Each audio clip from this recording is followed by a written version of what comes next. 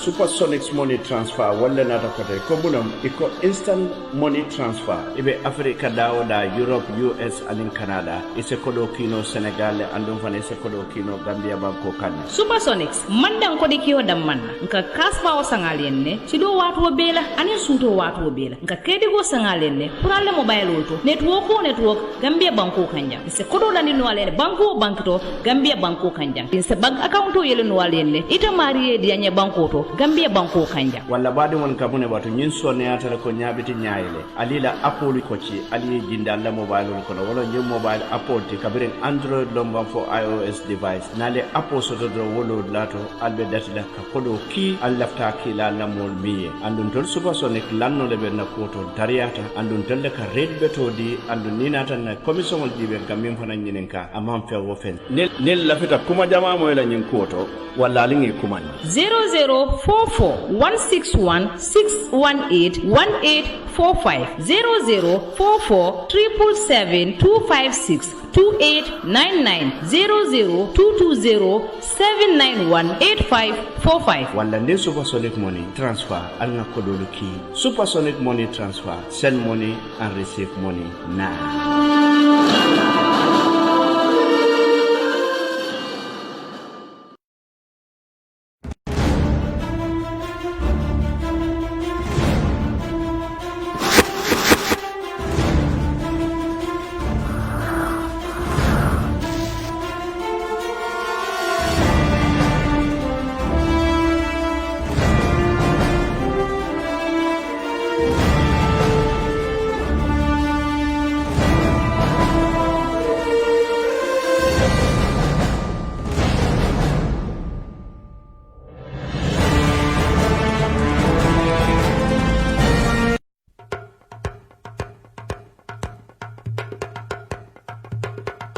Do you want quality and affordable coatings for your houses? Are you in the diaspora and want to buy special and unique coating for your friends and family? Worry no more. Johnny Trading brings you the best quality and reliable coating for you and your friends, your family, and even for your offices. We have designer coating that suits your houses. Tell us your favorite and we will order it for you instantly to your doorstep.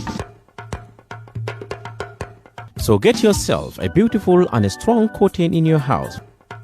Start ordering now as we get you the best quality coatings for you and your family. For more information on the coatings, contact Johnny Trading on 200-5770. You can also get us on WhatsApp on 200-5770. At Johnny Trading, we also do audio production, voiceover for adverts, and many more. If you want your advert to be heard loud and clear, just contact Johnny Trading on 200-5770. Johnny Trading is here for you.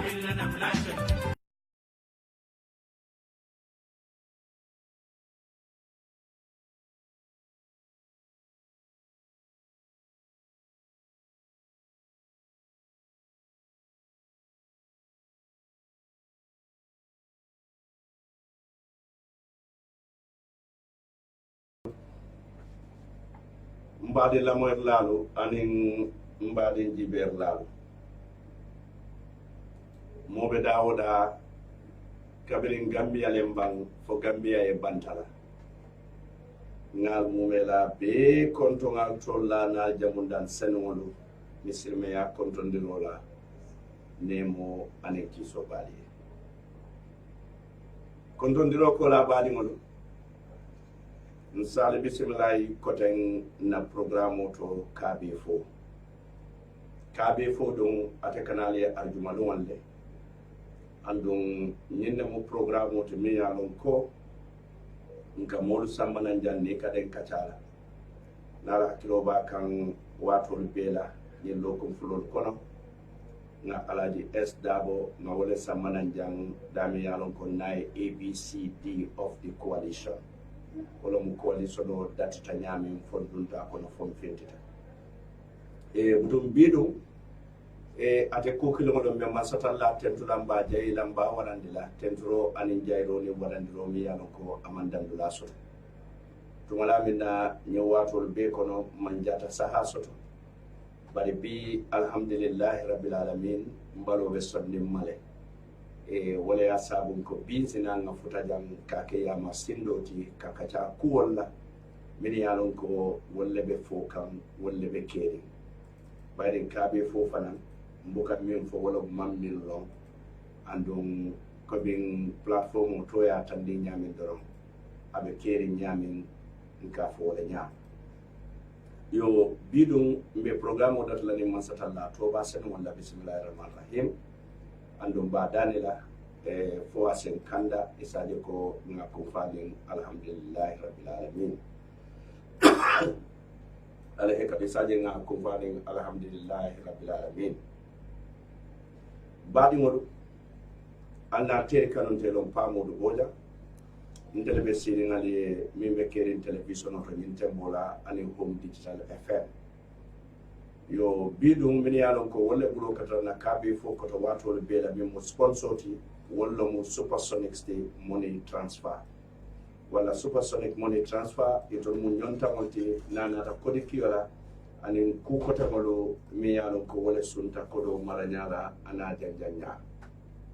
walla mba fole ko jarama ani fana la idolo na sulata redi sobe la redi kendo ri dol min yalon ko be nyaari anyanta min kala doron wala mo ka joni trading ke contact uton bidum bali modo ko min nga faale nyamen doron programme on yimmu menti wala mo nyente ko nse tankano alale bali ala part 1 we could have avoided it but ala part 1 wala be kala nyenti uton sai da femo fe kala doron la moy la jibe la ngalbe bismillah programme kono bari diamu siata ko diamu meta siari nyami bari coming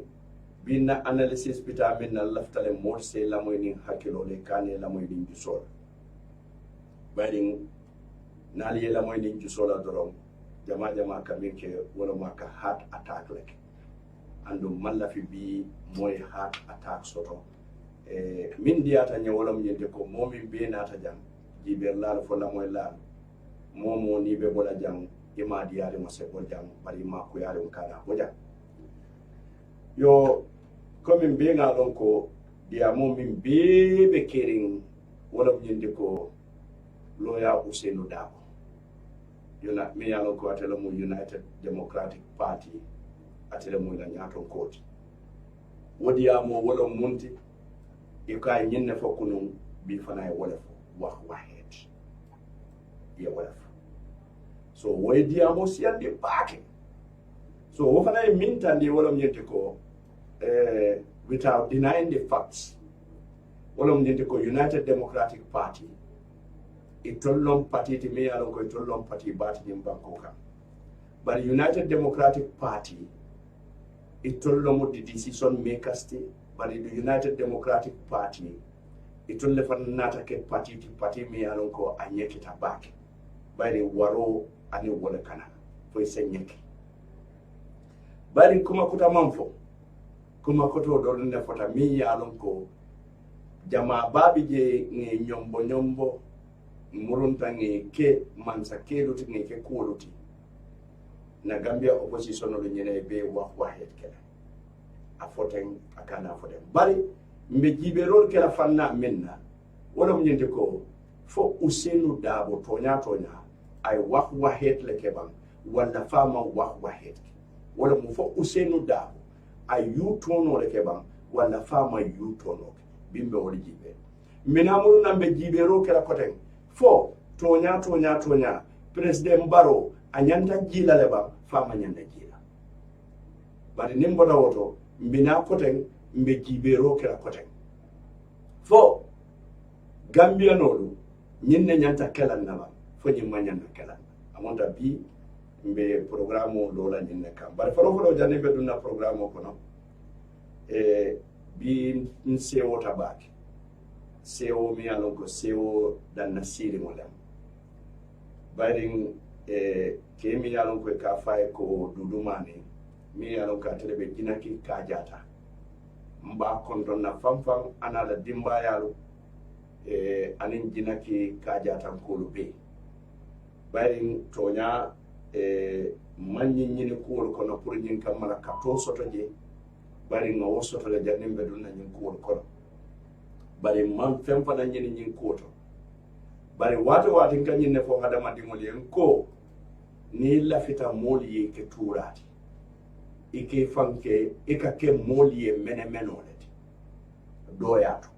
bari ni si tuura ni mene o tema ha ga bale be woto bari ni lafita hadama dingol ye ke tuuraati ibe kela wo hadama dingol ye mene menole ti ni kete mene menoti wo hadama dingol le kanamuta ye ke tuuraati bari ni te yesi so konkon iketa wo hadama dingol ye tuuraati hadama dingol kete jele yara fayte mususulale ite mu mene menole so nyimbe monetandi morality wolom nyente ko hadama dingol se wasa hadama dingol sa fammaji hadama dingol se sonye na dankene ako hadama di ya doronnet hadama dingol buka keno hadama dingoti ay muda ke fendoti bari hadama dingol leti bari hadama dingol buka ke fendoti na manke hadama dingoti katu ko hadama di bulu kondi lulle soto ni woro nyawo lata kandoro wo mulla natamboti la juro lo molsi todi safa la kende sanate bulu kondi woro soto hadama ding Donald Trump nala nyi waro George Bush nala nyi waro Bill Gates nala kodi soto bulu fulay wala soto bulu fulay soto temi be tuba ko bulu fulay nya fulay wala soto temi be tankula ye nya fulay soto so wala difference ole wala asabu nyin dudu mane mbate tulani jina kaja tankolo bari kulungo mi yalon ko wala ketendi kulungo min ketendi ye nyin kulungo lese kulun kuto ya tola iko kulungo nyin to mu pamodu bojanati wala alama to sele la kulungo la alama mol min be bulata kulungo kono kulungo yale wati ko kuka pamodu wati nyami Allah subhanahu wa ta'ala la mansaba ya to galten to ngali jayi wallahi nyomin ko le fostare do ba fala pamodu nani so kam do ba fala nani na sise kama do ba fala na ba kama bari dole yanko mandi ko na muso kama wasebo wata bage bari ngajele nyomin ko la ya jabe ya so mola ko ya jabe ko na mwele banko be so kam femolla bari do kay ko ndengan dinkele cikanye so wala no me wala nyomin ko li tollo mo fenko nyomin ko ninga nata bunyala itollum the ancient Macedonians ninga nata bunyala wala mbe tentula mbe jayila bar fana muso do yen commande bi mi yalon ko ya fonon ko e commande ro ken yimbi nyim programme wolum programme ko no wato mi yalon ko tijan iko baadi kundankolu mine yalon ko be sanchaba dinni wala wuluta je bari tulumu mimbe kerin kanun teleti wo kammala e mansulan tulubudu bututula e malla fi fanga long bari yedena no cika ya tola pamodu bojan wala ton min yalon kalbe jibe rola kabren gambia lon bam fo gambia e bantala mbe duwanyin la bebulu burade ye duwanyin de nano e fo Allah subhanahu wa ta'ala sa simaya ando fanan ala sa ke muslimati ala kana ke faso so ninna so dinti ando fanan ala sa ke fankanulat anin to malu mu be min yalon ko ibe dawoda ngal be tentu ngal be jay budum badi ngol ne wo botaji ngadun nan programme ko no KB4 ha dia monsiata bari Gambia bimbe diamula jumale mbe diamula carte failale bimbe diamula jumale mbe diamula tul santon kolle ani minulu be tendato bimbe diamula jumale mbe diamula tolle atul min kanna kumo moy bari mbe diamula jumale mbe diamula telle atul min yalon kale bu kanna kumo moy midi yalon kal kanna kumo moy ala sende moduma binir bo kanna kumo moy bari ntatalla no jangadi yamu kamo be bari mimbe kedi mbadi ngodo alna singa hakilo lutu alin kana nyina kununna dunyu fatale ku demba demba hewon na kunun sototale muna ina benyina la kunun na Gambia ali ngam fangolu koros ngam fangolu jibe ntolo kabiri nyimbanko ya fango soto 1965 woni nyinantema ndolo ngamunde soto na baru kono ngamunde soto wati yo wati ndol lebe dum wati yo wati ndol lom batulal wati yo wati ndol lom carte failal wati yo wati ndol lom moluti min ya lon ko kanyinan tolla andun tolle ke sinde alina hakilotu min fota amanke kuma kutati de bi ngalo ne ko ni alon tata non paradise ngani foja ne ko Gambia wati tonya feneta doro ikoy ko follow imu tribalism andu woyen to do batalli aya sabu na fankano aya sabu na fallongo aya sabu na fankala muto abeta ne besdambulu fentem for we are paranoid because of more mini alonko iben tumila ka fonya ko atol mu tribalism let muna Gambia fonto nte wulla sinola ngo si wasi ya jabe mu tribalism kadu ko ibe la siyo le kanula more mini alonko science kala mote ka fo nyaadi le scientist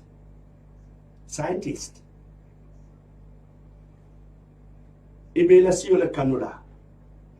yene famoje yena bankoje bari momi alonko folo ama famola te bota muntore aman kan soto mi alonko ala ado be wada kono ni wolko wolle be kera de moral police abe ko yala baake Gambia ling hakilotu Gambia mbe ngani kono tamala le bi mba folo la menna wala mnyenti ko Gambia dimol mol min yalon ko benta wala dan ko jang opposition kafolo mu nafiko lati fengo fen lota aka fonye ko atete position o tala on 3 or 5 years nafiko le moyti inyanta position o tala altol len dunyi meskono altol le benta ntol la banko ntol na constitution o min landi wala mu jamaay referendum o jamaay carte fay constitution o min nga wala landi wo constitution o ko nyaadi ako sanji lulu bare opposition o la selfishness ila kunkele nafa anila nakarolo ida mali benta bunkono iko mbatunga constitution o tinya Gambia ko lu kam ngake sanje sabati instead of ngake sanje lulti jumale folo nyullu atinya nimbi nyanda molo tinki takala ke samama el tu ke sindije ko ye constitution o le tinya wobe kera mo jumaleti wollo mu opposition o tebeni alon ko be nyimba ko ka bi tan lebe government because it's a coalition government luwa koten ite kanandalen durunga tolle chika ko atollo mu nyaluti opposition party no mojelle kataraje ngwatollo mun nyaluti ngali chika ngalu selende santo ngali tali represent ngalu ami aloko ngakate fay luwa minna aliyo luwa tali yakanda aldunda o hotel bunkono aliye cake so nyimi aliye basu bo nyimi aliye bifte ko nyimi aliye babe kiuke aliye constitution otinya ane sanje sabanata Gambia koli amanda wala ali akalla denki larawati katu ko munam iko ninko sanjilulu mbeta sonna. What a selfishness is that? Niko sanjilulu mbeta sonna bari muna ina mbeta sonna ka Gambia salve ni ataranka mimfo nyoye walanka mimfo karte failali wale bekeri baramanya nakalaje wala nanko nyimbanko kan Gambia wallahi billahi tribalism tijam aliado mune bijam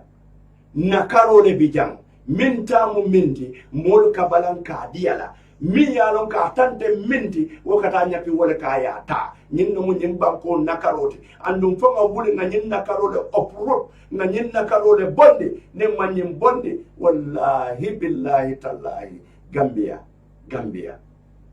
ntolu mimbe ga wala muka ya marodi ka banke mo make alalake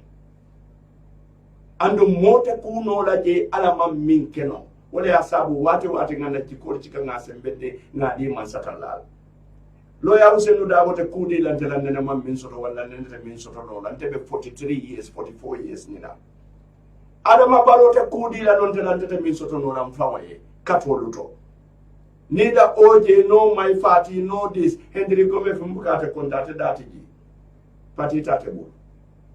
bana ñim political party min baby ja ini la nyaton ko ibe mune ke no la pamudu bojante min soto no la fawaye ni atara kato de kasino won wala ya sabu min be kedin doro mba banke la wala nyam agreement on ala nyaadile iko committee le lota wo committee lu kono jumalle bi je min ko 3 years iko oje jaddo le la nyaton koti je oje kana finde gambian ko luka aka fali ko nga Adama Barrow forcele pour ay ke president woti ay taraje fo sanje saba andi tele wo kuwol sambana wo committee tele mo committee nyaton kote bari modi oje celebrate badi mo alin kana son di kukulas clan na KKK kelebe kele kono nin son tala doro Gambia is doomed alina hakilotu bari agreement o dati na montole alina lamoy honorable Halifa Sallah wato mi ya lon ko candidate olu benta Halifa ya nyene Halifa ye constitution do tinya sanje saba Halifa nata ko e kambenta bungo kono minna ni ata keje dabe kilinne kalaji tinya fula wala ya sabun ko alina tonya tubabu kamba manke londoti kuma kambale manke londoti nyine ya sabu ngamo kawandila ko kawandila jama be na Gambia jang ka kuma kendole fo bare fo ka ku kendole baraba politician o be wala nyam ka kuma kendole lefo bare fo ni ke je be ku kendo barana le ba mbele nyaale be wala alna hakkilu dutu badi mon sai alna la moy Halifa la mo ne fo convention o Gambian ko wato mi yaron ko ate felta wato mi yalon ko Amad Ba felta wato mi yalon ko Adama Barrow gagneta I Khalifa mu ne fo Gambian ko le alna la moy wala Dr. Bojo, a multi-party system is part and parcel of a democratic order. We are coming together to strengthen the multi-party system. That is why we have said that the person who is going to stand will stand as an independent candidate. He will not be standing for any single party. The parties will remain, but that individual is going to serve all of us. That is what we have agreed. So this individual who has been selected by you is now our instrument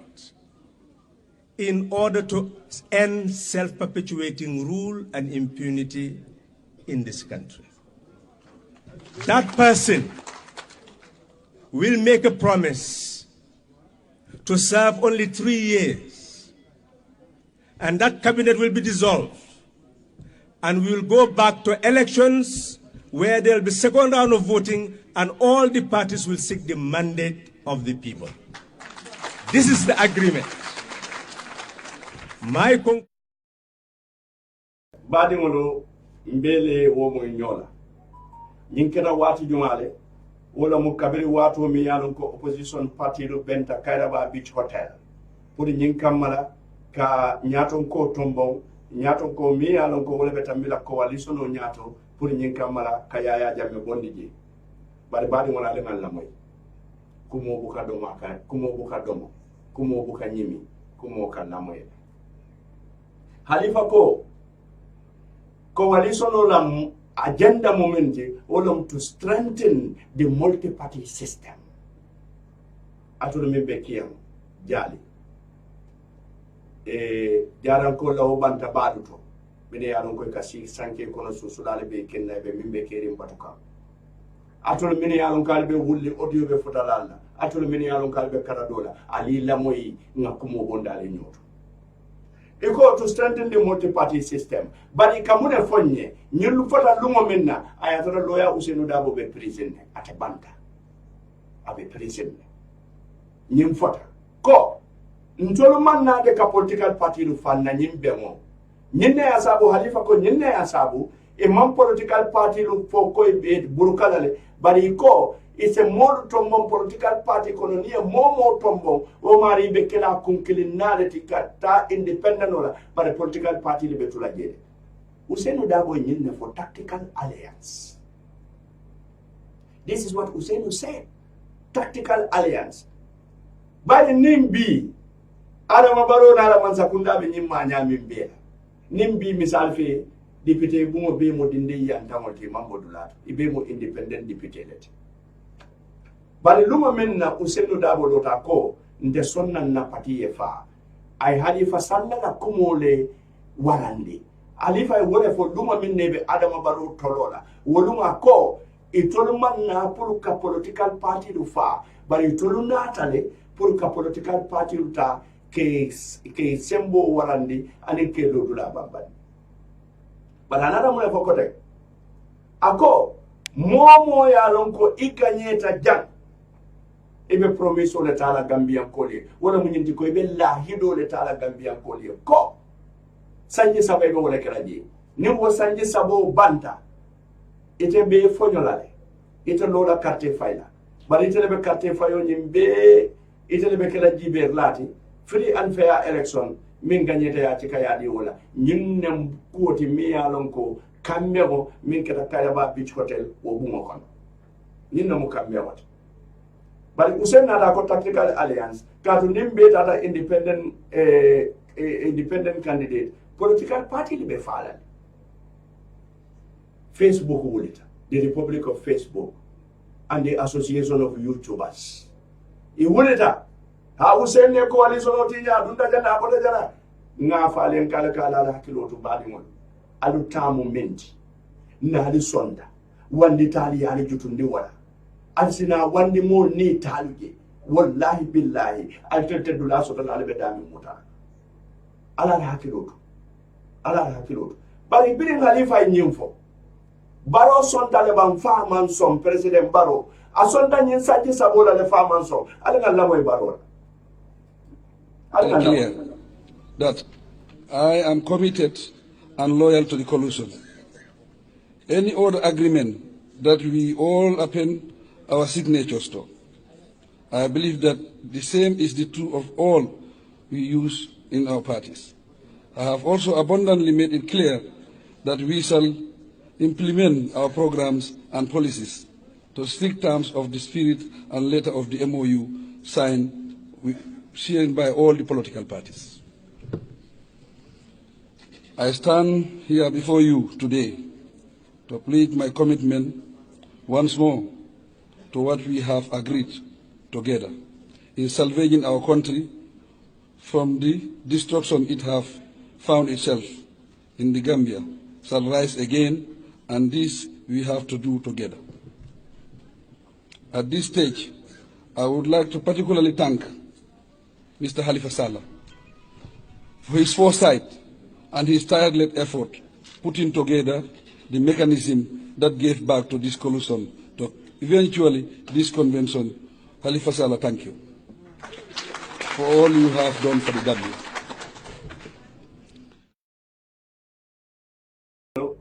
No fana moyle Halifa lota Gambia be nyatili mola at the convention ako mo ngeta nyindulatu ibela hidole tala Gambia kole nyindo mo agreement. An agreement is an agreement. Nyindo mo agreement ko mo ngeta haninte Halifa ibela hidole tala mole ko ibe sanje sabale kera jeji amanda da wala inata President Barota. President Barona ako he will be committed to all the agreement. Wala mnyende ko abe sonnale kamben kaito anin satol mimbe yalonko atebe kafo min kono mim ko alu son 2016 ye kamben on mimbe lande asonte bela bi asonte bela so anda be Halifa Sallah tendula ba jayila andum fanan abe sonna nyinela coalition la agreement wala sai munon Gambia ko lo ngabune sonka kote mun sonka le bije nimbi mo nyanta sonkandila nimbi mo nyanta danila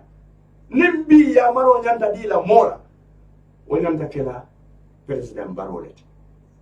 bare muna nan kan dali jenkati muna nan ka yuto no lota muna nan ka sot ko folta mboka sonka wofo ano ala nin toñale ala wonin toñale bi dabo hana e mune fa manke president na tax statable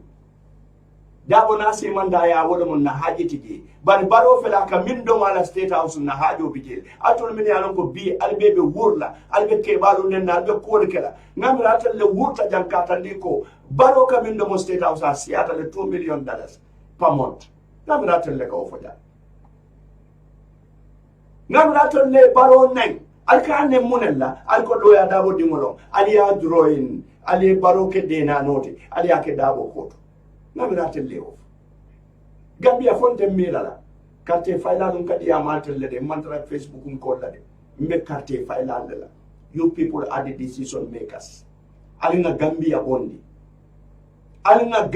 bondi you people are the decision makers ha ñin non ko te min ya non koy fota bar kabri ñi agreement o be fota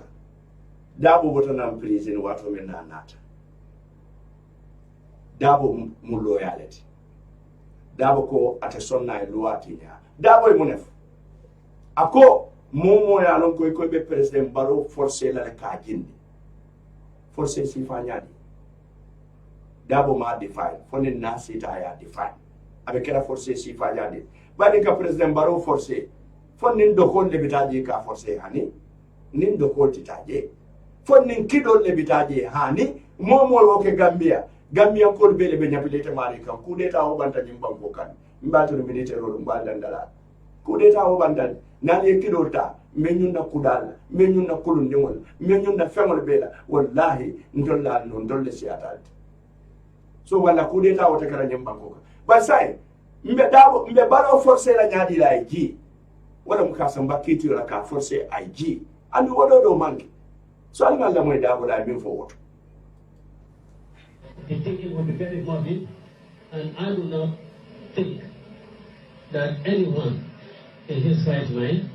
anyone who knows how the constitution of this country works, will advocate that Mr. Barrow steps down at the end of the 3 years. I have made it known, since they have gone public, I have made it known at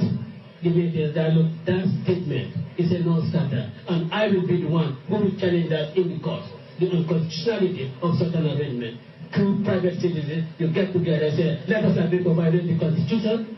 and you accept that, and yet you want to put in place a government that will respect the constitution, but then it has to start violating the constitution before it can be placed. It is an irony, it is unorthodox, it is illogical and unthinkable. Create a relationship between us. Okay. Do you still maintain the position that whoever asks Barrow to step down in 3 years, you will take the person to court? Well, let me hear that state. Let me see that come up. I'm saying, do you still maintain that position? I certainly can. I certainly can, but I'm not sure whether I will.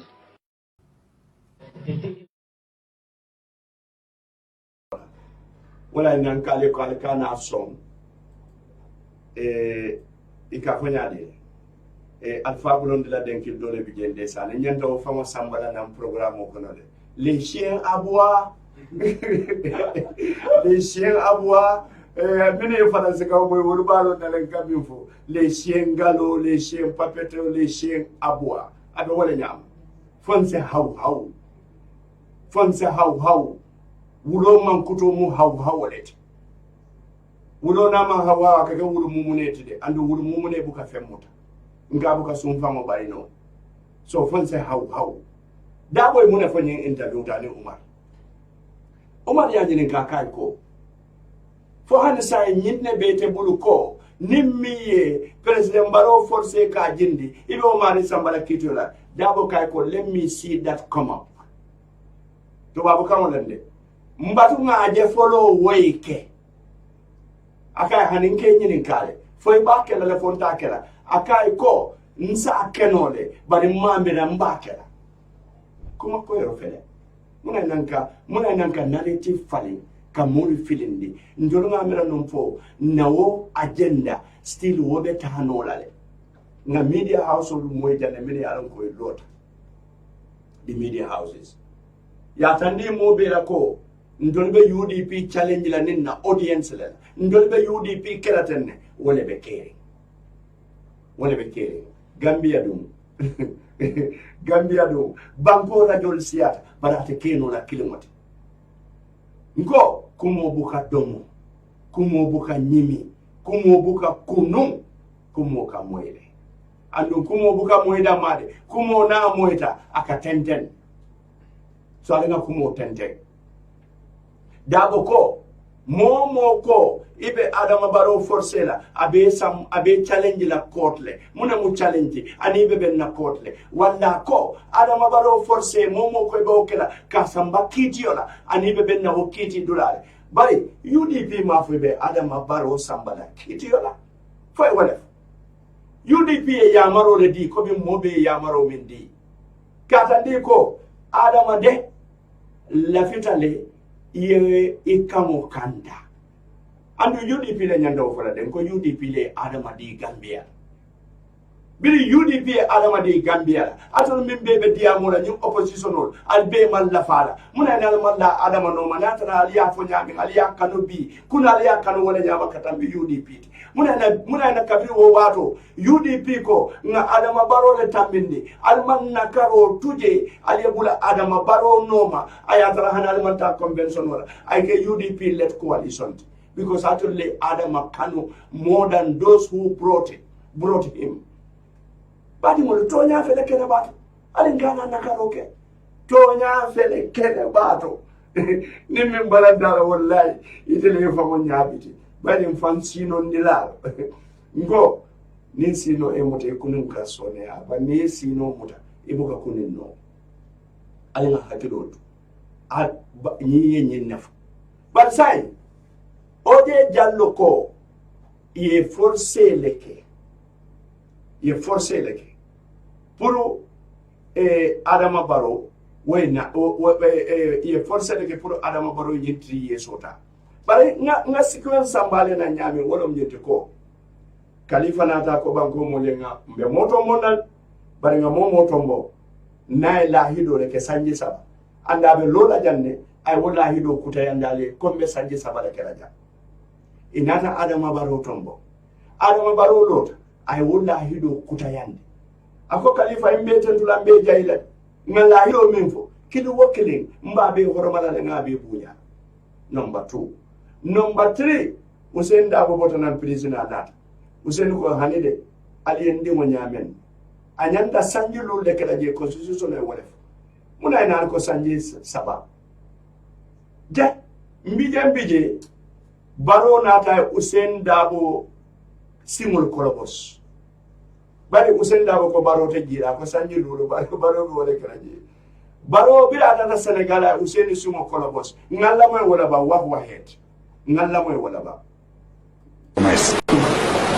Monsieur le Président xam nañ nag ne nguur dafa neex surtout fii ci Afrique yow joxe nga sa kàddu nga ne ñetti at ngay toog ci bopp réew mi après doo bokk ci jongante yi nar a ñëw suñu fi yàlla bàyyee est-ce que doo def wax waxet waaw affaire nguur Afrique fii moom mënuñoo gëm kenn si affaire nguur ala kulli xaal man yàlla daf ma dimbal si suma dunda nekk naa nit ku nga xam ne dama doylu bu ma gars yi buggee taxawal jël na leen pour dem ba ñaari weer balaa maa mun a d'accord pour taxaw ñu ne ñu man Gambia moo ma ñor dafa am kayit bu signé kayit boobu dinañ ko toppa lu kayit bi wax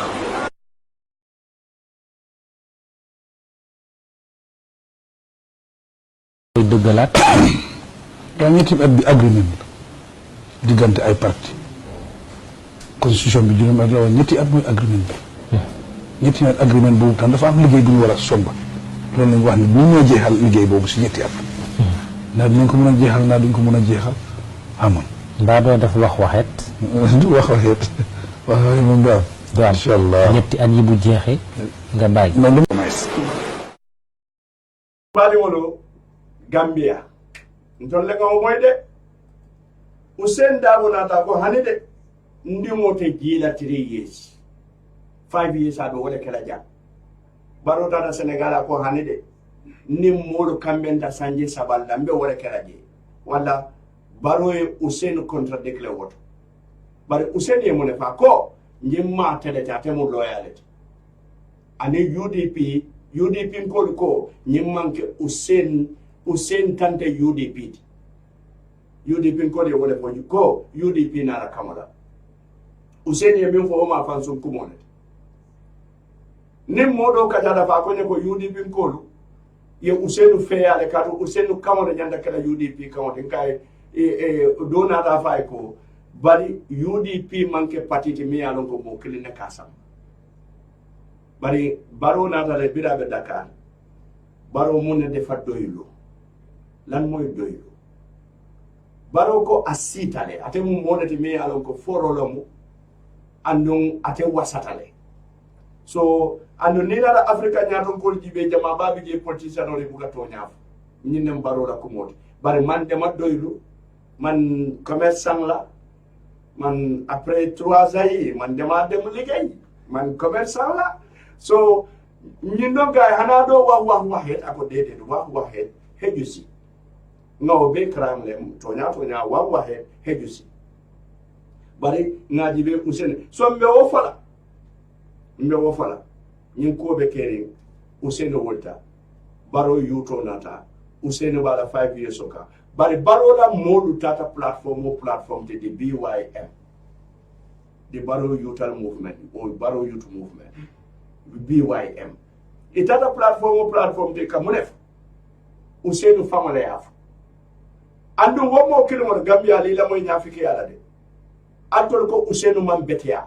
atol ko nyanda Hussein munin la president atol ko Hussein be la president Baro la mansayalla bare Hussein ko president Baro CJ atol ma ko Hussein ko tolo mal la fitela kati ko mal la fila Baro 3 years la fomole wala bekela bare kata lo platform to alka fo ko Hussein famo nyinef fo Hussein na minfo wala nyanta kala nyimbanko kan fo Hussein na mun na president wat hani Hussein man ken na president wat so wala conscience is a person of conscience bare wobe mawojeno ko Hussein ne am andon badi bon kol wullin kol kombon kol nyomin kol kiyan kol jaran kol anin kol be dawula ali la moy kendek iko Hussein le be 3 years koma katuka be la firim barula mansayalla bi alngaji be empirical evidence min be la nyati no bi soma ni ko kate fayo nyimbankoka kate fayo is all about numbers yiriko jumal la yiriko warta bi nyimbankoka nyala jero don kaminji but in sin is believing nyay minje sonno mo lata wala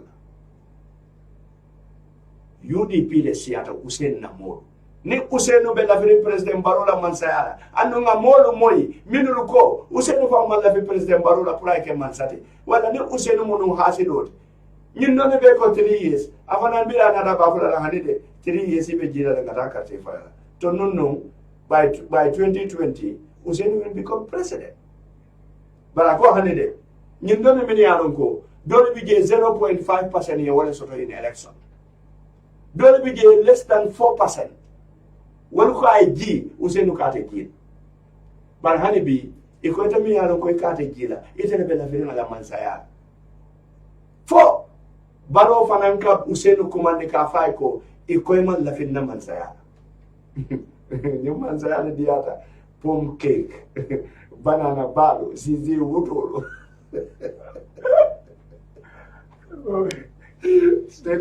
stay house le diata stay house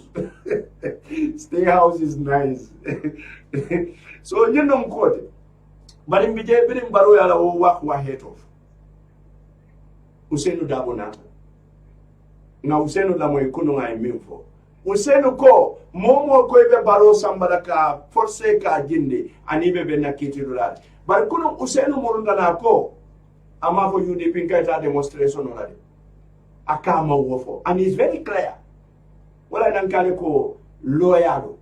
nganke kuito because he fankanta bake with open mind ningi la kuolo analyze ngajele wati ye tanko kale landele mi yalon ko be famo sansanda mbe president Barrow ya marla ay lahido horoma bari mafo moyta siloka ay duwada da baraka aka dimole ya mar dimo mi yalon ka ko mobe ko usenne mfati nera ko ya moy ngalo ne ko man sakunda do ko lom e ka do bondi jele na mo ko ya at a personal level and Usain fana ya fanya ko at a personal level and president Barrow fentete so wala nyine be kere sal ngalla moy Usain na ba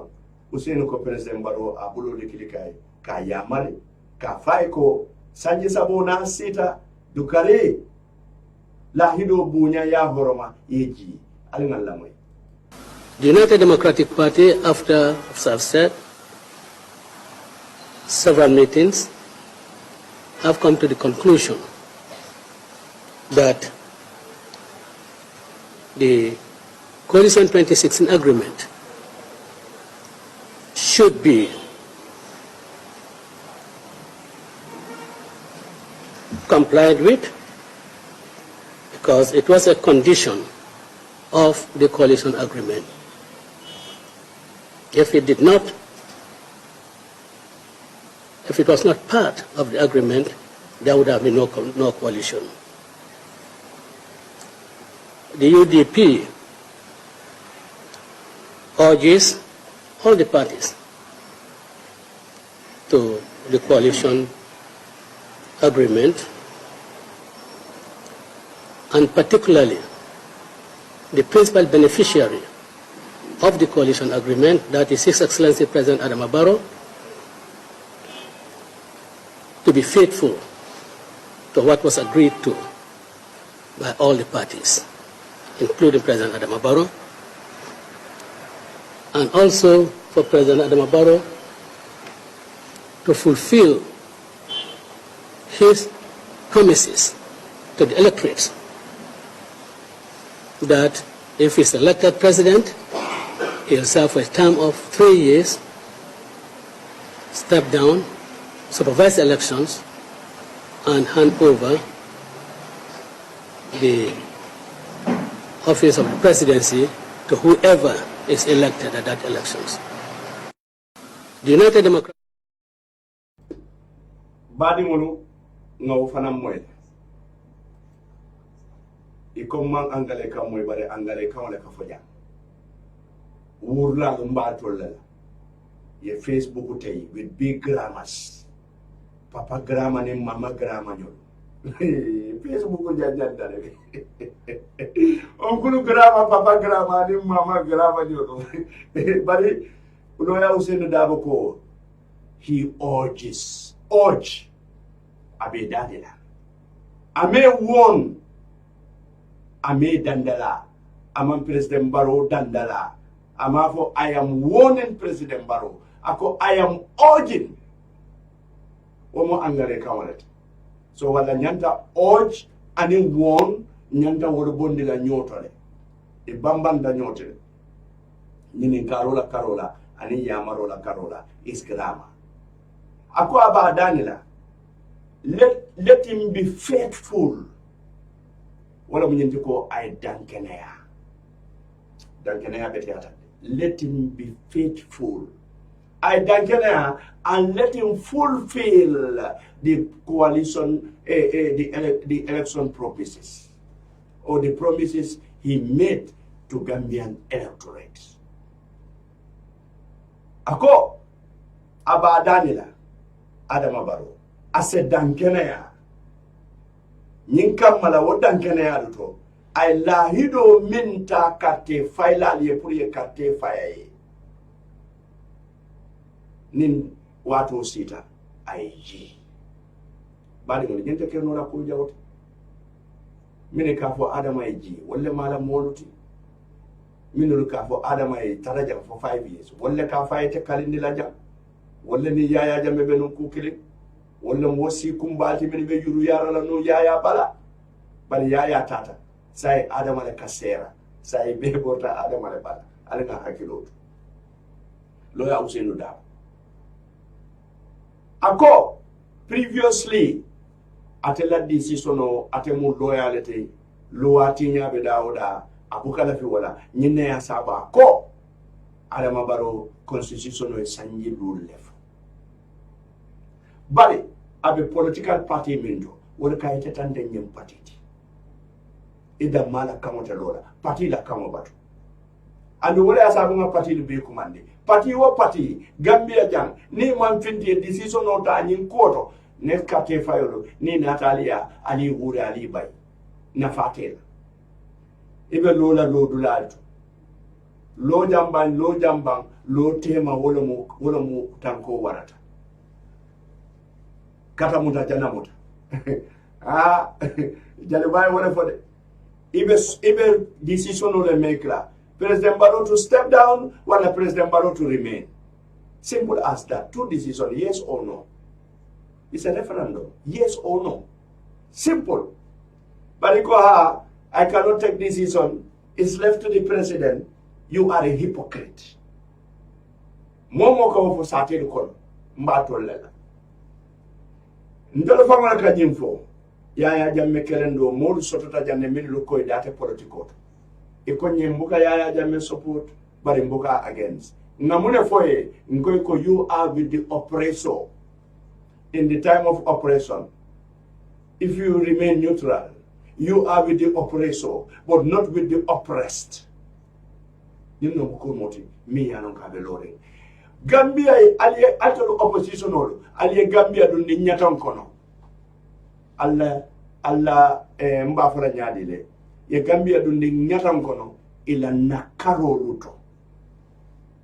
Gambia fela be nyatan kono. Itolle nyanda mola na nyenta jankono. Ka fa nyin 3 years jotna, nyi movement on mimbe be kering, wol man nyan nan tole bondi la nyin kono. Mi ye jato city, bulo mi ye jato city wo bulo le nyanta jato ferina. Muna ina opposition o te jato ferina. Itolle mi ye jato city. Ali ye jato city, ali ye jata dofa.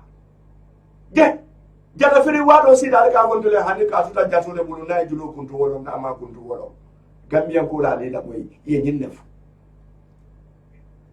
Ando UDP fele findida iko yela decision tandile abeti ata Gambian ko fe ama beti a Gambian ko fe, but this is their decision. Oje jallo fana decision o tale no al ngalla moy oje la oje jall ay monefo 3 years old al ngalla moy. I believe in the 3 years, and I thank God, and I'm fortunate that when the campaign started, when we selected Adama Barrow, I was one of the few with Halifa Sallah and Aissatou Touré who went with him to sell him to the Gambian people, from Koina to Kartong, from Koina to Bara. And in every meeting, all of us will state publicly that we are putting in a transitional government, a coalition of government for 3 years. And the Gambian people believed in us and what we told them. And God supported that proposal and made us win, and Yahya Jammeh left. So for me, that's my belief. That's what I sold to the Gambian people, and that's what is the contract we, the coalition, had with the Gambian people. Does a contract exist? Was an MOU signed? The MOU was signed. I gave it here to the program that invited me here, Daraji. Anybody who said it's not exist, then he's dreaming or she's dreaming. Even if you have not signed a contract, when you go to court, do you go with the paper? You don't speak? In any court, it is what you said. You'll be judged on that, what they say before they write. During the time of our ancestors, they sit at the Bantaba and make agreements, and they live by it and are ready to die for it. What I'm saying, as matured, responsible Gambians and leaders who people look up to for guidance and matured and responsible leadership, should not, even if it is a gentleman agreement, we should be seen to be respecting what we say. If not, there is some fundamental flaws in our culture and our nation.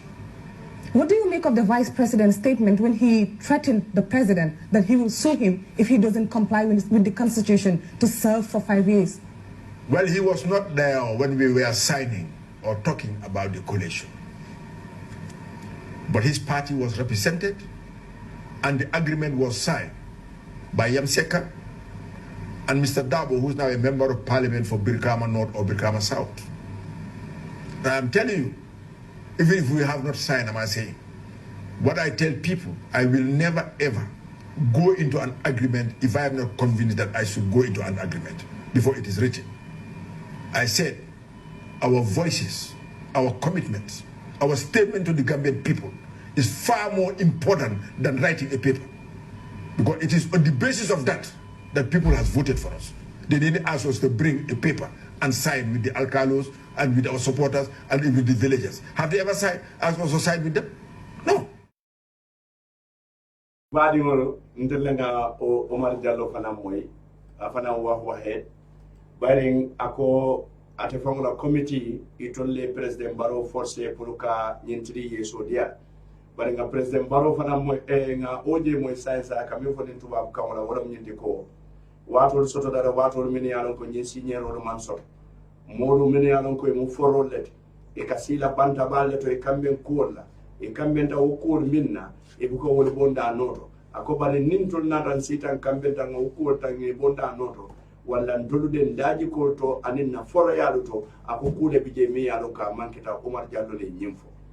ako walla wo kamala president Barrow anyanta fero kelale ay nyinkota ay G3 years kabiri ya nyininka ye mune fo vice president wala ko mi yalu ko wala mu doya Ousainou Darboe min ko president Barrow te jila 5 years ay oje Jallow nyinne fo ko kabiri to be o agreement o kala o loya Ousainou Darboe te nunje ako badala mori be nunje andi be sonda nyinna e agrita minna banta baluto atelo mo Aissatou Touré anin Halifa Sallah eni Adama Barrow ka campagne ay andum banta baton kodi e même foye wala mu contrat ko nyinti wala mu nyinti ko be talla 3 years ako wo sanji sabako kam wala ya sabu Gambia ko le kate fay Adama Barrow oje Jallow le ya fo sai mbelenga moy ñora bari April karo kono tili April tiltandin fulola 2017 serunko Halifa Sallah diamuta Standard newspaper ako Gambian president Standard newspaper la caption min ketaminde wala mu Gambian president urged to honor the 3-year resignation promises wallahi lawyer Ousainou Darboe nyinne fo kunum ko lawyer Ousainou Darboe ko am urging coalition partners, especially Adama Barrow, who is the principal stakeholder. I'm urging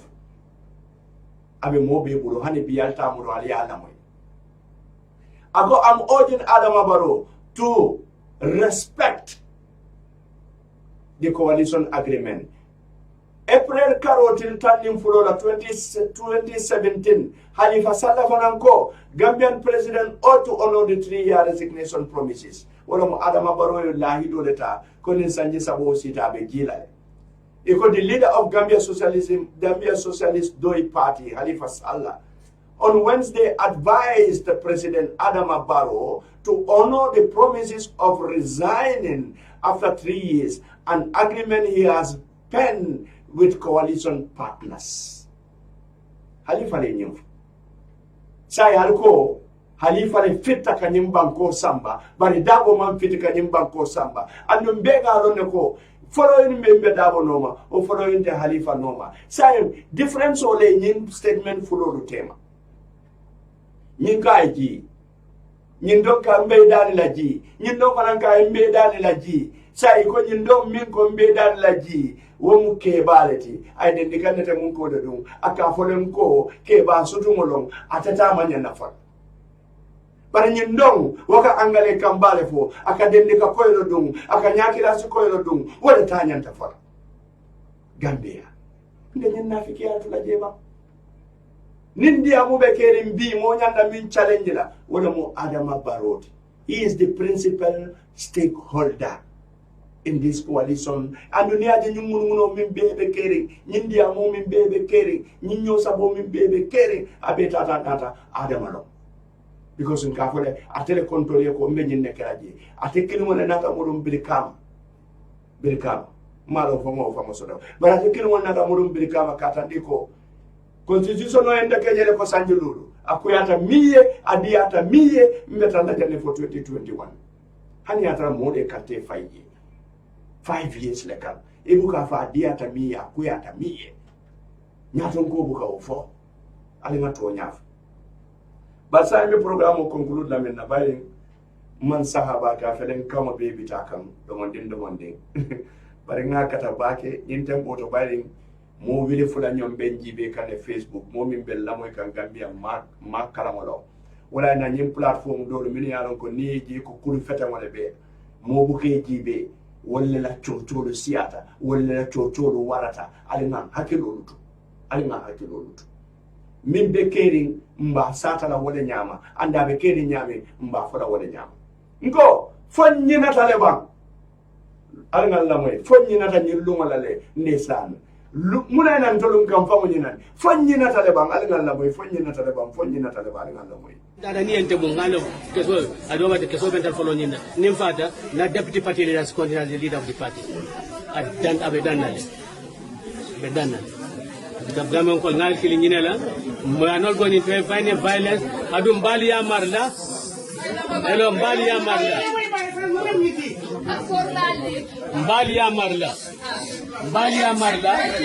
mallafi ben bali ya marla mallafi nimbitala malaf moy nendir kuma faaf dala malaf moy kuma faadala me alon kam ko kuma kurun nako be menno ma al solo dinna a fure wala balure fatmata war bula no goy jañol bula alemel aresalier bula bom nole ko mo le funtla malaf moy monen malaf moy ni moy be ni mote ben siloka ya ko moto ni bala pila malaf wala bitalo ne peaceful demonstration nimme yen soto jeto Gambia le jareta nyale natra solo sifa dinding natra sifa Gambia ye muna nan nyata balu nyata sila kafa Gambia ye I ask all of you it's going to be orderly. The leadership itale betar la nyato to mali budan no ngen keso be moy folo mal antel abentel folo mal so mal lafi atel mal melan kam ko malaf momo etra nyato al be etran koma ngod yamaro dia mbam ngal ten fal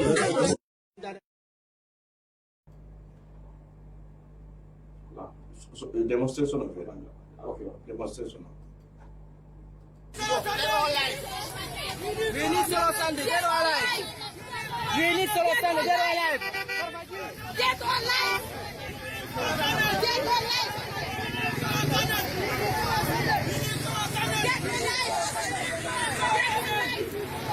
Get alive. We need Solo. We need Solo Sunday, get alive. We need Solo Sunday, get alive. We need Solo Sunday, get alive.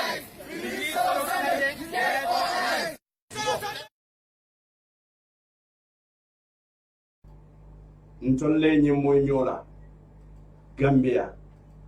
alinkana ke nyina laluti Gambia ndesan ntari ata nyina la juna lammaronne alamane monin kafaro kelay solo kurumale alamane monin kafaro kelay solo sandelle alamane monin kafaro kelay madi jobate dingole alamane mo anin kafaro kelay nogo nyaa nyolle hani bi badi mo kono Fatumata Jawara le hani bi abadi mo kono Fatumata Kamara le hani bi abadi mo kono modu ngom nyolle mo koto ngodulle mini yalon ko wolle niyola kanyum banko boy bi modu be lore Facebook e yali nya jutu ndunyi nulla e kalbulu nendir lati atol fana mi yalon ko inferiority complex wole bari fe nyola Allah te kan alkanyinul neng lunna soto da lunga me yalon ko nyinul finti da lunga menna wolun diamula be mimbe diamula bi abe munun kunun de lalete de ibe de ta yere abedet jato tata Yaya Jammeh diyamula siyata mi ye jato samba e ko mo furi ngolo e kate banko sambala no ala leadership man betia nyindo mu kumote mi fuko ngo badi ngol alin kana ke fisir walledo nin kata moli e fisir wallet ala be kala nye fisir wallet Gambia li la moy Yaya Jammeh mi ya fango koto mafa Haruna Jammeh Yaya Jammeh mi ye Jassa Jakujabi fa Yaya Jammeh mi ye Masi Jammeh fa Yaya Jammeh mi ye Ganan Kodu fa Yaya Jammeh mi ye Karamundo Dindongol fa Yaya Jammeh mi ye Mol Samba Tintimba kono ke joloje Casamance kono Molu Borta Lawyer Ousainou Darboe nala entire executive equal ngata yem fa nin solo se fa damin muna na ke bale babalula atuna mini yalo kala ka ko Lawyer Darboe pareta fitino lo kurkur la nyim banko ka nin Lawyer Darboe pareta fitino lo kurkur la nyim banko ka lunne soto da luma mi yalo ka sa nyim banko janino de tilikini luma min na ka foy ko mbitala le odali mo kana mula mutolipa mo kana lo moy siloka nsula da min fola doro wala mu we need solo Sunday dead or alive but ibn ko be do ko ne to ka for dead or alive we need solo Sunday dead or alive akoy ko nyi kala joramot man la fi moy do ko cika man la fi wala ninke baye loi kantandi la Gambia kanu alin kana kay fisir wallet because of politics because of in the name of being professional ndeta kala na ma ke ko dum men namba fala bari ke ko baliati jam they want to change the narrative muna na wati ni mo kendo lu kafuta nyoka akeke mo kuru mo die threat muna ya sabu do beka Lawyer Darboe ko mo be ta koma ndelo mo nyato ko tin dolle betal la nyato kese folo mimbina aben dolle fala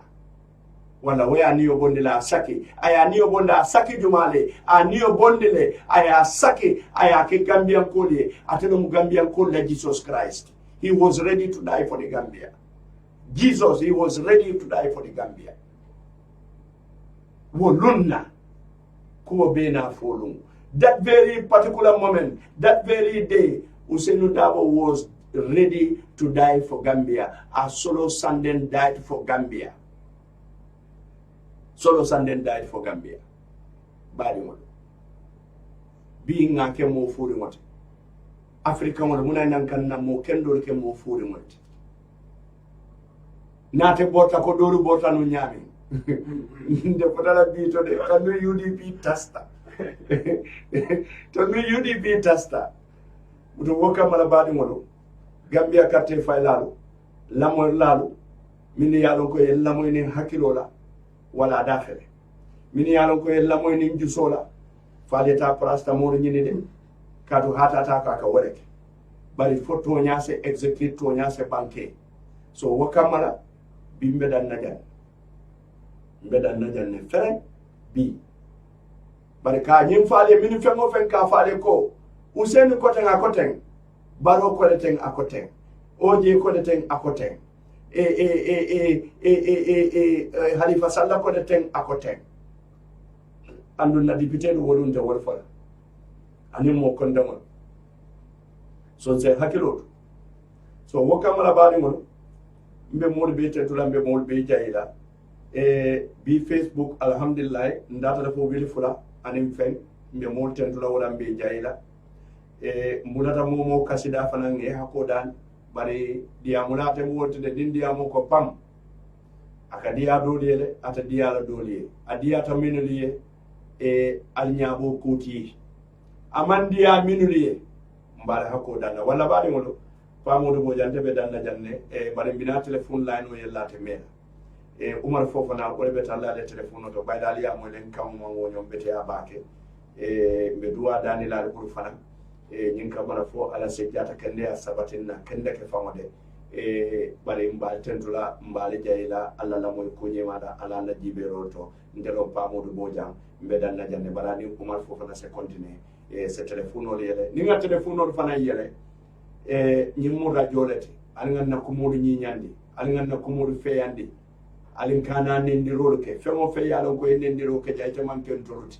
femo fe yalon ko nendiro ke nata tiñaro la andum be ñin la le meje la le be mutala le so wo kamala ala barka ba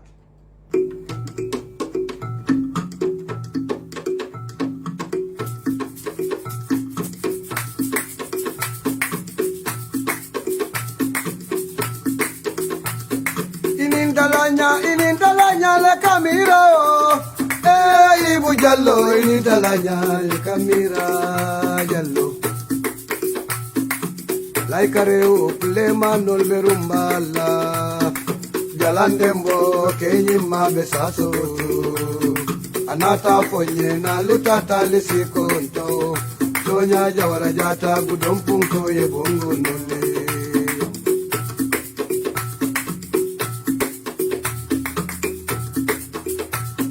Inintalanya le camira, hey Ibu Jallo, inintalanya le camira, Jallo. Like a reu, plema nol berumbala, Jalandembo, Kenyima besaso, Anata fonye na litata lisikonyo, Tonya Jawarajata, Gudompunko Yebongo nole.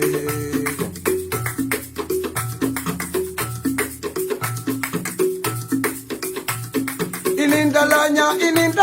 le camira, Iko Ibu Jallo, inintalanya le camira.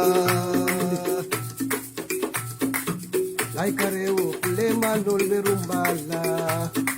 Jalandembo, Kenyima besato, Anata fonye na litata lisikonye, Tonya Jawarajata, Gudompunko Yebongo nole.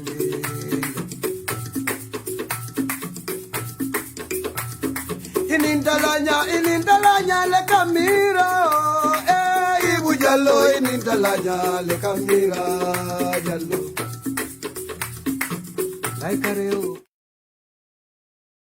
Badu ngalo nyewo kay me telephone ci kala wolo to don allo assalamu alaikum alaykum salam ko maru burara jumalam tamudan to abar bi jaje baru bu jaar jade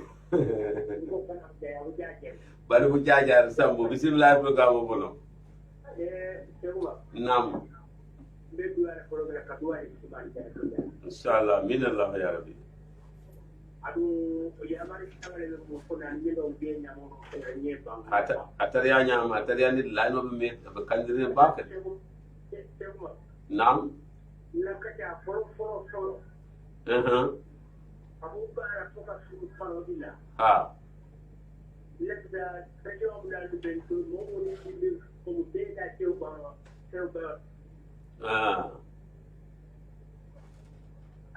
allo ba mbe moy kan jaajare tariya do manding alimma ko ali jabu banko ko sole mbora ko mbora do ndoro ko alimma ko ali jabu banko nyaro ko le menni panke kanjira ara mo le tigi ye garan kilo no e pada mo ma ndo la ko dan hali mo kite be ya man ni ko video be ta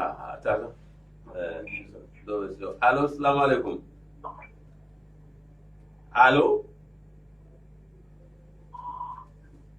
hello allo allo assalamu alaikum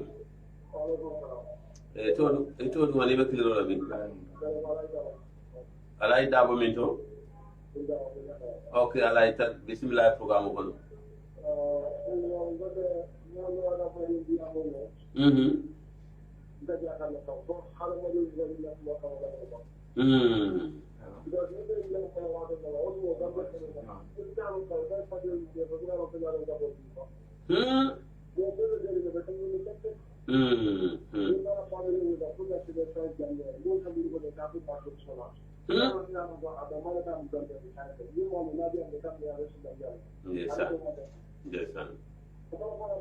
wala mutonya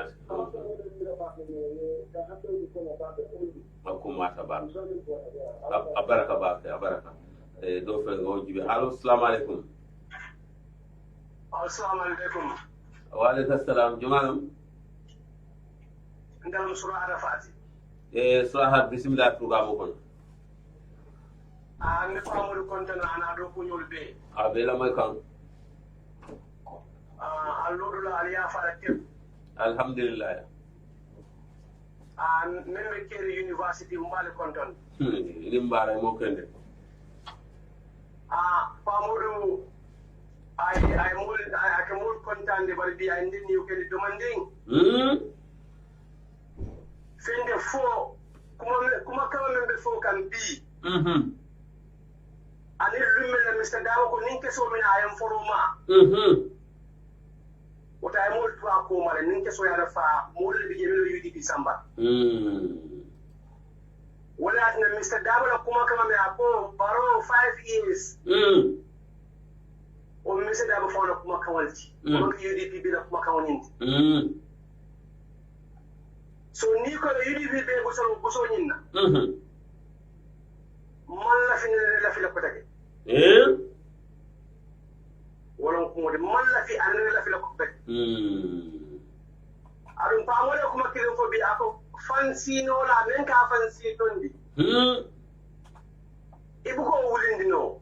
so aga kuno ko lata ani ibu ko fo ne kando e ken ne kando taya na ka bala ako kulo wato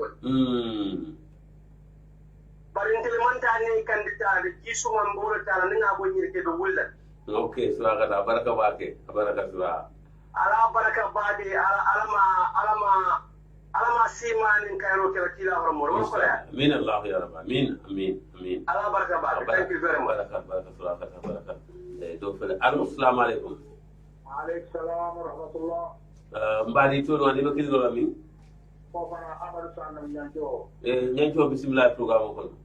Limbara de la Mobia di Kampala. Dunia nimbe kibaro dika. Niye kibaro di. Anyimado. Alaka seo kila kaseo. Niye kibaro di faniato. Alaka kampa kila kampa. Wo ma ko arama dum jato ni la ni radio teka dia buke ni dela kuma tamfo ni ana tema dina nyo arama dio wala mtonya ba ala subhanahu wa ta'ala abe momo kontibo le la kebaro mo kana dunia ila media camera dunia tambido la dadu arama dum la ko kuma ba do la wala mtonya nyancho nkati wala wala kuma na yirakoto abuka kan son kumodi akumo na fota alka audio pre akate sey do kuma hada ba wallahi apero pre ngata kan yillo no yimba kumun dolleta ninga da fonle la tiada fonle inshallah tatinyala fa ari ada ala yo no di alma dole la ada ma mo min na ala ni alma dole be bingini yelle ko ala ko la ke bar ala ma ko mo ko tinya wala mtonya si nyanjo ala ya to ba yi ma kum tele na mo ma kala wala mtonya ta baraka nyanjo ma te bla ba de la naji al pa ke do bil ba ko ka inshallah mo ma ta nyim ba ko de la ne to yende ka nyim ba ko de da ba jolle be nya wala mtonya si wala to aje wa kili ya ala ni kila gambe mo to le tani wala mtonya ke nyim ba ko sere ke ya to ko ai te ya ko to para ko ba ko para tim ba ko tra pe ya baraka nyanjo wa alaikum salam do fele allo assalamu alaikum wa alaikum salam Segoma naam Ulara jumanam ndara mi jawara keda leri da spin jawara bismillah programme ko nde kono na ron ka duwale dron papa modi fo alama ala en naljo sima bani jata kende ala amin allah ya rabbi albedo ku kendo men na banko ka saw mari alama ala al sutura amin allah ya rabbi amin kilane kilare amol hormoro membo da diamula sa ende men fa to nyalo gambia dol bele dentala albedo ku menna alama ala al tanka amin allah amin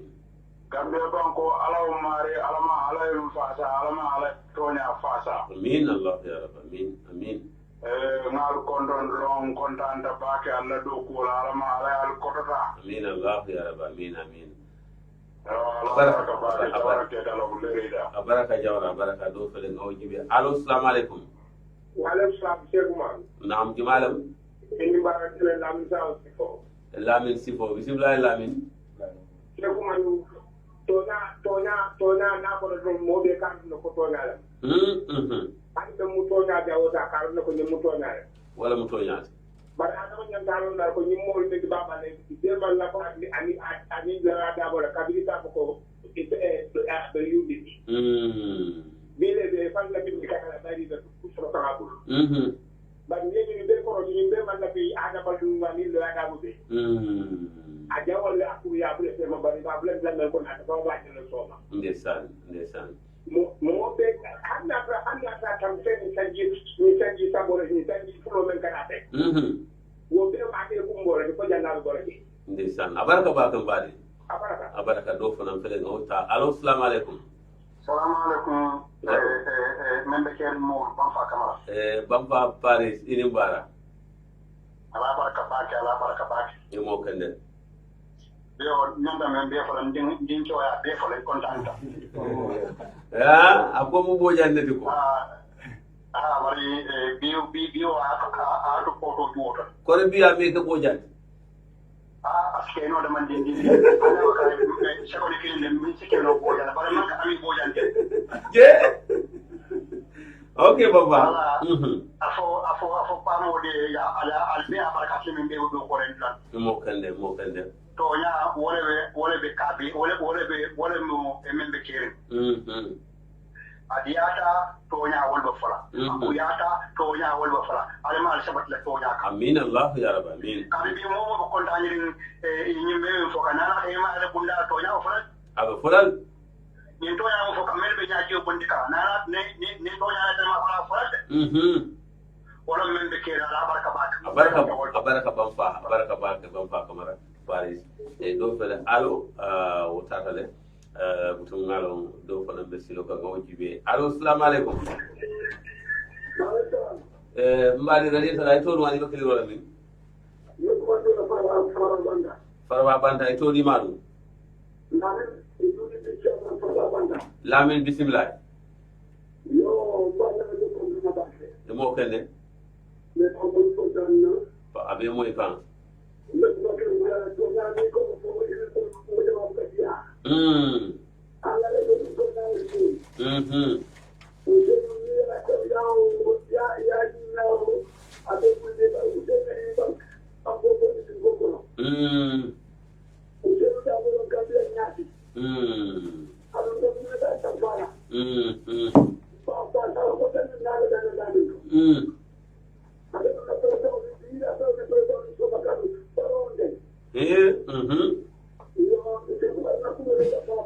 Abaraka. Mo kende. Abaraka do fele ngo fele jibe. Allo assalamu alaikum. Wa alaikum assalam. Shemba nam jumalam. De Musa Jadama. Okay Musa bismillah programme ko. Yo ni ngwara baake be kontona de famodu kontona baake. Abe mo kan. Okay. Biya mo la hakilo mo ndi baake. Parce que client jakar baage kambiya no la ko. Porque tawle won ko kanyele. Mo be dakara so pakajati. Way jakale wala tambira de. Di pamole men tele fomo ni la to la ba fande nyantawle. Mo be ñoo attaque la social media. Alba di kan calculer jambi ka wandi alpha ne yi kan calculer follow yi o follow alpha mo xali dia le ba ko ma ta ya ni konton ba ga pa mo do konton ni ba na baraka be moy kan ya thank you so much baraka do fana fere ngota allo assalamu alaikum wa alaikum salam mbadi to wani be kilino la mi ko de da mo ko mo ko ndiru pa mo johnson dabo deli mbara bismillah programme ko Tanate jam. Le duala de fi ma la ni jani sembe. Amin Allah ya rabbi. Alo mare alma council bulu. Amin, amin Allah. Albolo rimbam ko edani alam mare alma nanto simala biya. Inshallah, amin, amin Allah ya Rabbi. Ba momi ya lon ka be sino la mam sino la mi sino mo da mo ko ko no. Mo ko ko no bari albolo rim ka bombe alon ne banko mi ya bondi dimba kono. Bari kilam ni khadido siyata jawu siyata banko ado payala fuka aynato ngol bakarte payala nyanta nyaay la na blato nyano monna kuma kento ofiye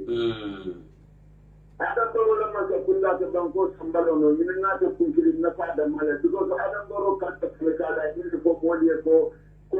ndo wata kale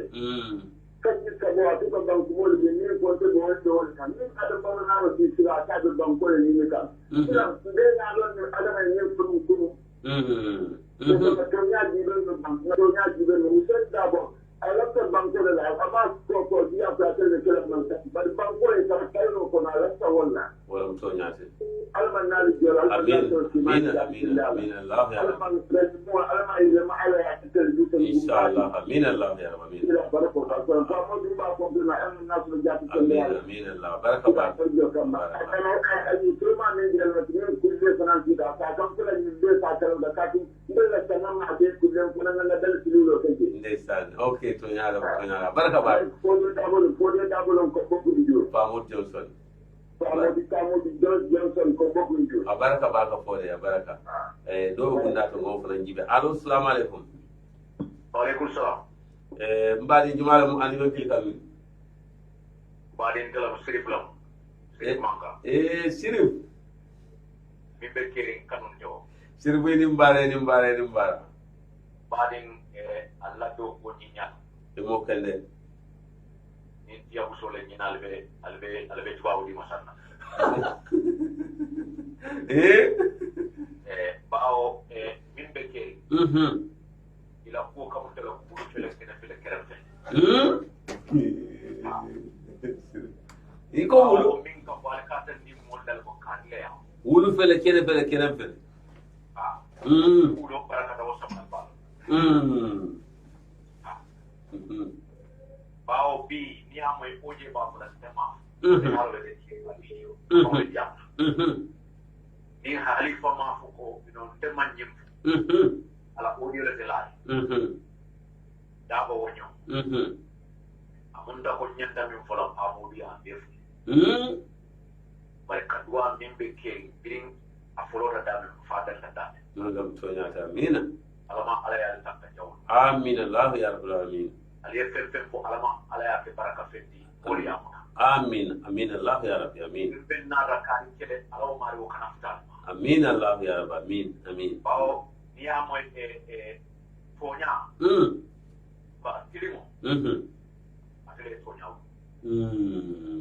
tonya le baraku ni ya moy ka ko al amin kila ko la tonya akili msale jani akakaita na vyo ya dia la nyame ni da me kata ko le nyame wala mtu nyati oto nyato kawo nyato ka ya ka kila sallallahu alaihi wasallam sallallahu alaihi wasallam na ila hiyo timande fana ila hiyo timande de ko sama e kan wala mtu nyati sirif ala baraka ba baraka ba ke wala sirif magari ako kene fele mala nyati la allo assalamu alaikum ya hello mbadi to do ngani ko kilo mi yo ndiro ngani ka ambe okay lamin bismillah programme ko yo sumura la baraka ba mo kende Allah programme biya ko ma da ba alhamdulillah ko so da ni coalition partnership dembe dunde ni bari do ne ro ala no ka sa kila no bari ni bere ko mo da luke yefu bari ni selu di am ta do yudi bi to ala do ko ba ko maska do ko oje ulo da ne ko 3 years ago ko anda santale parere ni nasi de ko coalition ko ali pasalla fana ga ko adana wole abule num adun hakilo ko na den so ko ani mai fati aya fole bili da ko na na bili so a fole anda lo da kan parce que des yuto de da ko ni me mulu ata ko a constitutional ko jira mo kilim de bila ni mo go de bili da no da ko a constitutional bari ite ni ko na tiki ko go ban ni ban ko kan gamme dul nan tabla lo ne ko dula lo wala sonya ngira ko mo la no to to bi ade mo pour ko so bi mo so ko mo na filo kalibi bari hakili ma ni ke mo wala lo ne bi dan ko to sona wala sonya ni se bo ni fana akunda le fo na kamolon anda secretary to la for la di puro oto mi president dana sa hono wolon kuti ni se kairo sabade ni alinka ka to be ka uphold democracy ganda democracy kuma ka bolidi wala sonya ane da bolo ni tri solo ko dan ka min de mu ba ku kan te wala sonya ta baraka na ci da adame banko di ba jere ko ati kairo sudo ay to di la sudo banko se democracy sudo donc mais politico peut-être que c'est le banco ni da ni da ati banko di wola wala sonya ta baraka ba ka jata silo be si baraka do fele allo assalamu alaikum wa alaikum assalam Cheikh Omar mbe konton na bake nka kramuma bare ko ne do mo ken de nka go pamulu konton ja bake mbali mbara na mo jara no mai baro ki na mo jara no abelo mai kan nafta bi fula mbadi Gambia ko le wala nyinde ko na le programme o jibe ka fami nyinamo ka be fort andon kabe fo sponsor bala benkita super next mbe diwani en kan super next kulu ambe wala fana wala mfonya ameta lore membe kiriera mbe minyin ngam mo ko gambe tin fam wala inde ko ning na programme on nata ni atoka bal na faka me ba sponsor ka ibake kan tan lo men ngam ali fana ngam ande ko ko wala ka takati ko ali fana ke support ali ni la service o tali ni use wala fana ka pour sama sen wala fana kan tol ma ko wala fana kan na ni dogo ka fender gol ando fana do ko la wala men do to jono la ala gol jono la ba ko dum ko ko sama ni wala ka jono ni ñofe ni la fana mo fanal te ñeran ko be ka sen ni sika funo ñoma sen dadu ñenga ñoma ko wala mo toñasi next week fana to wala jan ni next week be fundal jama kan ne ko de gambe jon ka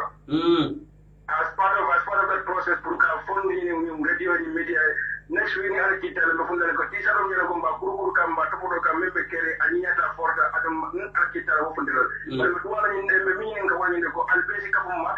lafta ni hala ko ke woro o ke lo lo sa print no ala no ko jolno ni sa print no mba print le barum nta print no ko ko ma ni min sim mo sim ma ko no to na titro be na jaro jaro be la fo na le de wala diamo ala baraka lamin konade musu samu mo don ko le ba plan ti sa to ka ni amara lo le kay ni ka do be allo assalamu alaikum wa alaikum ni barani mbadi to lo hani be kilo la min ni number 5 kumbala number 5 bismillah number 5 ko tan tanante bagum kulu wo so fitila bagum kulu wo ya ta wa ba sai da kai kan mutu ne ta da ba an da da program ne da ke mun da ke tau do kelun ni apel da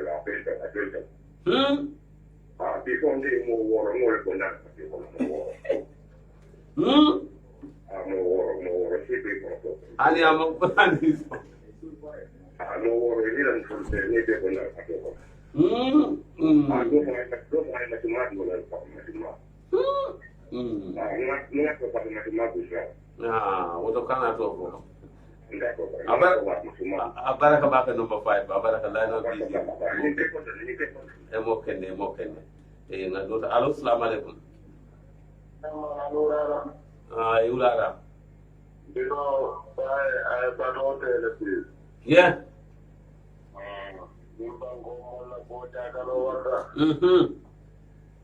bare Hussein Mangano minta tano atata kule maile tu tena funga tunajena Devo maranga kada modale lumna na utenya are modo opposition ya non ko do le nyona pare la office kon. Ndeto fana pare yo bella kumona wodo na do pre usedo kuna fana na hamuli ki kata uten konto. Yam fonsi to nyale kamandi. Bari dabo e tabari. Nyimbango. Inshallah mba mondo la ngaduma bulo kono ajare kala aya doko kele aya bata kele. Nili ba fola UDP rebe 3 years koma. Nili bi mandra koma dumale kala koma. Modi kumuru nyonko moja njandi yesu yetenko. UDP la manzake mentombo. Iye niyo lai. Ye campagne okaye. Ya kanyende asira. Na karundunu na da ya ta ila nafakan. Ibe sawo kele konga tinga nyaka vinto kele mba lokoti la jele. Inshallah. Ma bondi la le min 3 years ni ano eno yu assigned da ba amanta ene barbar kuma lo mempoda. Aseneata. Asonga sanji sabala. Ndoluma fo itonda ya vandu nitoli ya ba ndolta baila. Gambian kolu. Adinga na sikia nena karobula. Natonya kama ndisage na banko edia. Nimo membede wuru na ni ofisolu kono idulebe balabari. Ni ala sonda nyene bekela stofu labama. Momo me dake baba kono. Eko de chila ya injoja wole nye tuyaro ke ni ala sonda uwi kola le Gambia. Inshallah. Nene kola Gambia mkole kato mkoena alibe tonya ale kang. Wato sita de alimamo tonye aliman nakarike.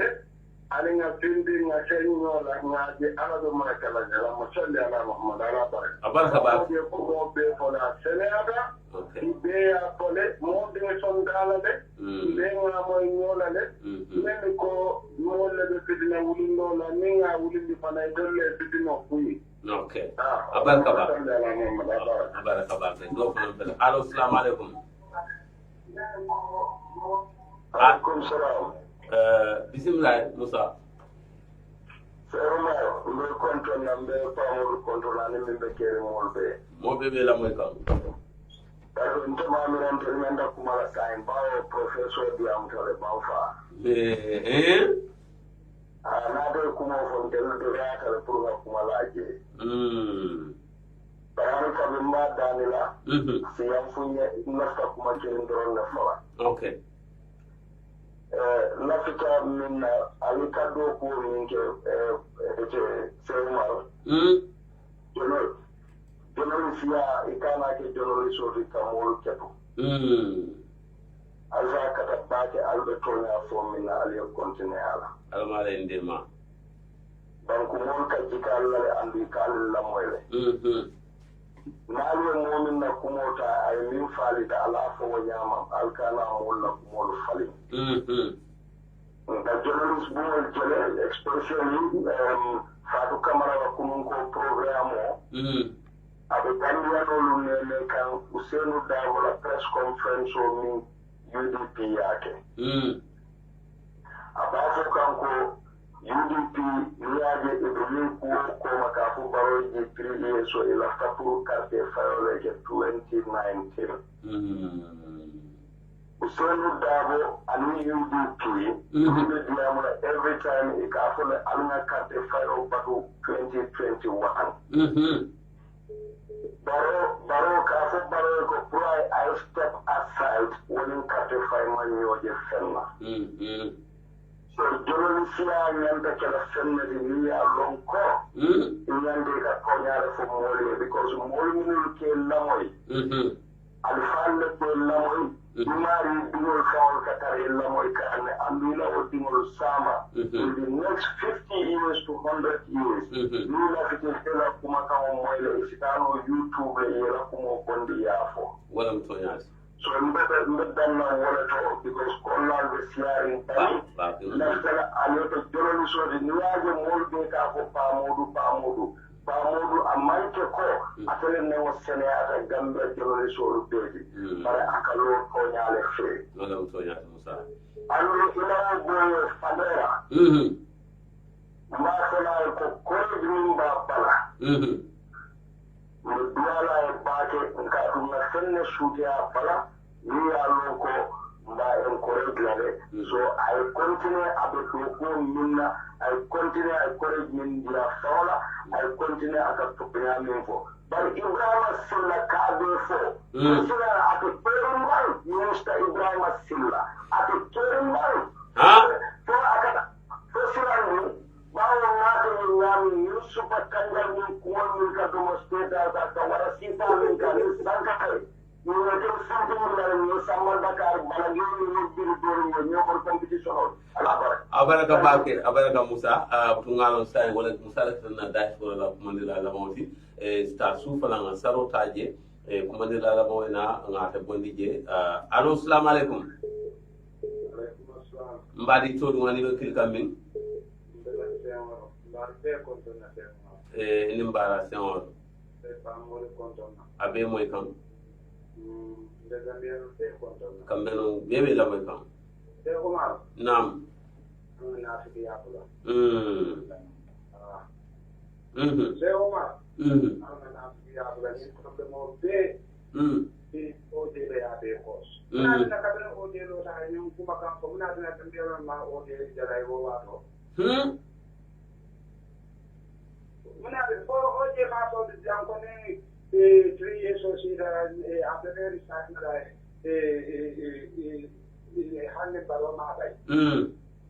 Ode ma wofo. Alna nafiki ya kula. Yepa bi ngati hata moya ku hata moye nglo ya dabo. Gambia do ba de la jande because I mun taki. Mo de jande opposition ko no ya taki. So anna nafiki ya kula. Abaraka sewa. Be ko bi ya be to ya. Abaraka sewa. Nafiki ya kula nin ko na banko ya anna nafiki ya kula. Nafiki ya man de ya generation. Journalism nga kuma do moy la station auto anga na fi ya kula abaraka ba de semora abaraka atene kedal na la scola de Gambia jam ngalo se do ta won fona la scola ela na dietala allo assalamu alaikum wa alaikum salam jumalam ba Ibrahima Jame bi ka won ja ba Ibrahima ya suti andi wa to banda feren ye ka do kam ni ra ka la mo do bare to ya wa to banda ma ka do ka dal ka katida kule ni ala ko on se o ka ba da la radio la kola be do ala ji be jama ji de to ala be do ala ko ala radio ni samanya ko ala ta ke ke siman amin allah ya rabbi ala lo ri to na mi ga ala ji to na la to na fa sala amin allah ya rabbi ko pa mo do ya be do ala fa na do ku do be ke ala ta je so kero ala radio la famille nay no ala saudiya inshallah amin allah ya rabbi kuma kini sa ni ganjam ko la tani foy ko mi ko baro de kalim jam i wolle ko ka sanjiru no fata do nyala meble ni foni e bolore bari to boda mi ko no yole lo tabla tira na bla tira abaraka ba Ibrahim ka yo to ko baro bala kay ka nala ko ni mo ko tawo ko ni bala to de fata la wala mto nyata abaraka ba baro fana afanye ko ata to ate ala masjadi wo mo le bala abaraka do na ko dare wato bata ko sama inshallah baraka ba Ibrahim butum baade won wato en so jande don commandela bini dunta juru mo mu telephone ko kuma bantane kon to be bare se mo ha ko dan be te dunno la bare ngam min dunta ni min man dunno ngal be jay ngal tento ko pamol fana jay mi yalo ko abe to la nyawena ni bara ko hani mu famra platform fon sina nte min no ngaw ke butum ngal fana jay ngal wa so jarte da bala ani la moy la ko ton be to baade won da wada to la ko na tay tita no fole mo gana ko la banda polo nana ta rek al bedara karam dare wala nem bula jando ngal jey ngal tentu ala baraka ba fo wado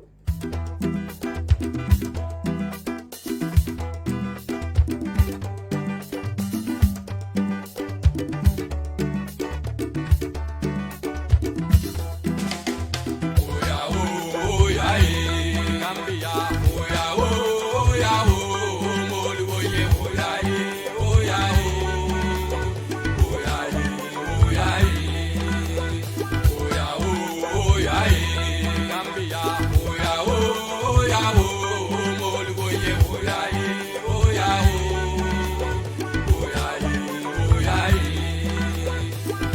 nolo alena banku duku tolla alfalu kangol ventale moli wo tolla molo alena kelente Gambia oya oya oya oya Gambia oya oya moli wo oya oya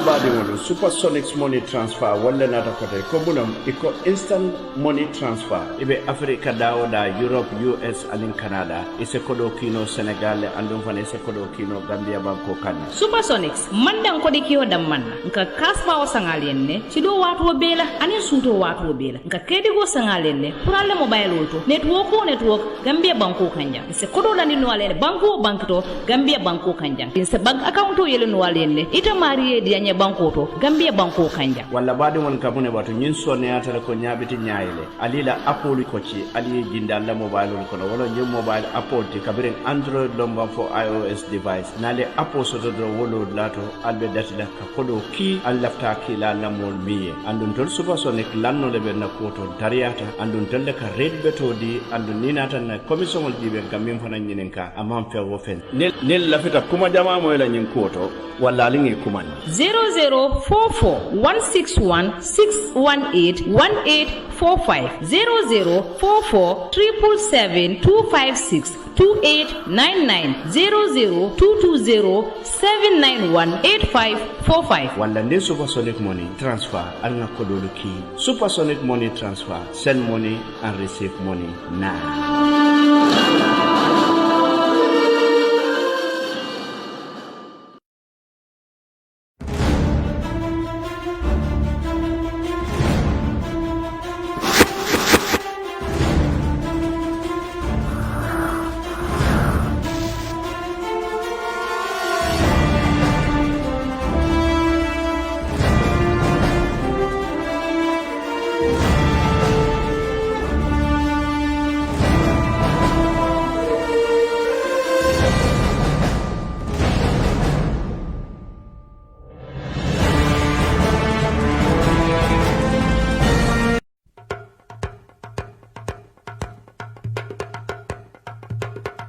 Do you want quality and affordable coatings for your houses? Are you in the diaspora and want to buy special and unique coating for your friends and family? Worry no more. Johnny Trading brings you the best quality and reliable coating for you and your friends, your family, and even for your offices. We have designer coating that suit your houses. Tell us your favorite and we will order it for you instantly to your doorstep.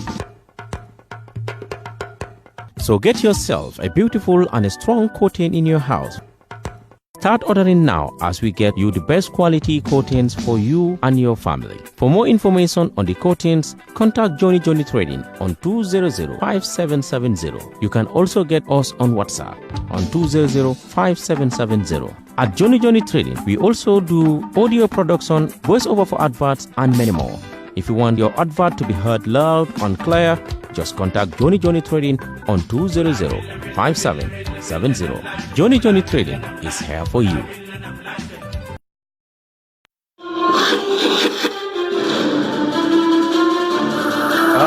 Badimolo Supersonics money transfer wala nata kote ko bunam iko instant money transfer ibe Africa dawoda Europe US and Canada ise kodo kino Senegal Supersonics mandan ko de kiyo dam manna nka kasba o sangalien ne ci do watu bela